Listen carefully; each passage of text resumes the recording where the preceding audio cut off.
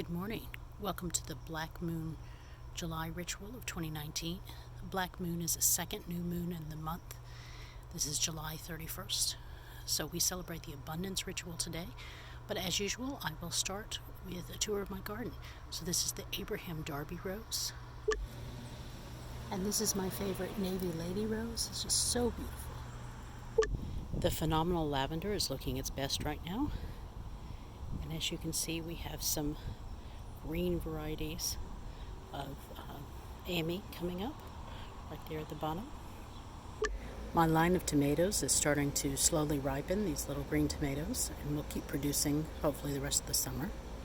That looks like a dianthus. I have no memory of planting that, but it's really cute.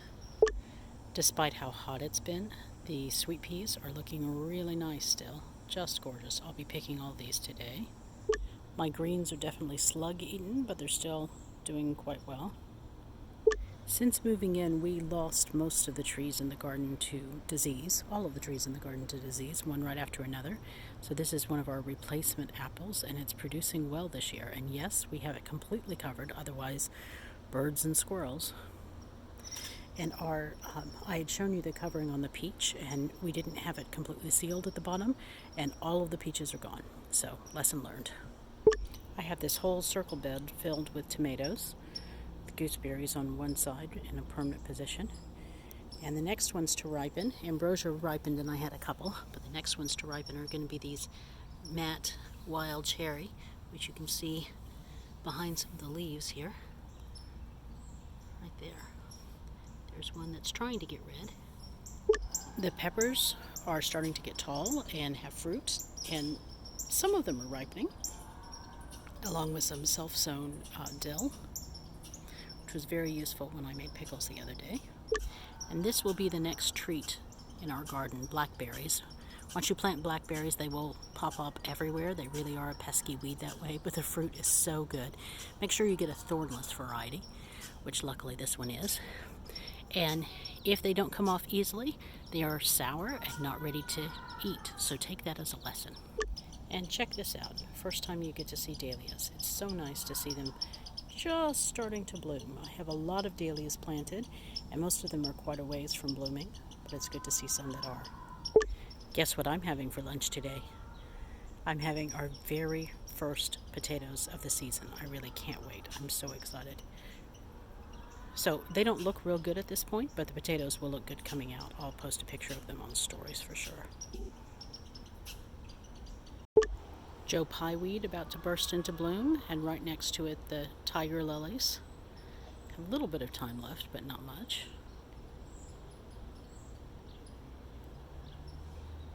I thought I'd kill these off over winter, but it's great to see that I could just stick them in the bird bath, and back they came. My fall wreath is starting to settle in. I'll put that on my front door pretty soon. This aeonium is really looking good and starting to branch out beautifully between the scented geraniums. This basket is finally looking as it should. I'll show you the other side too. Here's the other side. Isn't that something? This bay tree is one of my favorite things in the garden. It comes in with us, of course, because bay won't survive here in Canada, in this part of Canada. In this giant strawberry pot, and I have rosemary growing out of some of the holes there that hasn't died off. But I did not expect this bay to flourish so well, having to go inside half the year, more than half the year. But it has done that beautifully, and it's reliable and it never gets scale, unlike, all the citrus, which has a tendency to. I'm not particularly fond of borage. I'm slightly allergic to it, I think, so if I'm pulling it up, it bothers me. But it is really great for the bees. And over here we have some hosta flowers, which a lot of people cut these off, but I've just seen them covered in bees. Bees have just left, just in time for my filming. Sorry about that. So I'm sure you remember how the new moon abundance ritual works. You write a list of things that you desire, and you put it in gratitude terms. Thank you for sending me. And that way you show the universe that you expect these things and you know that they're on the way. And expressing gratitude is always worthwhile. And then I like to burn the list. Make sure if you're doing this that you're in a safe area to burn something, please.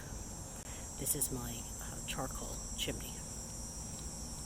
And it's just rained again.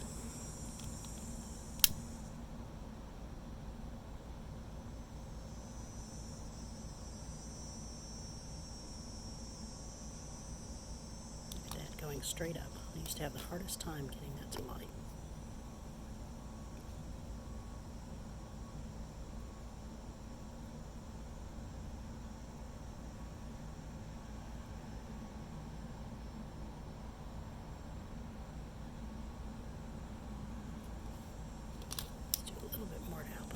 It's starting to come up though, I can see it.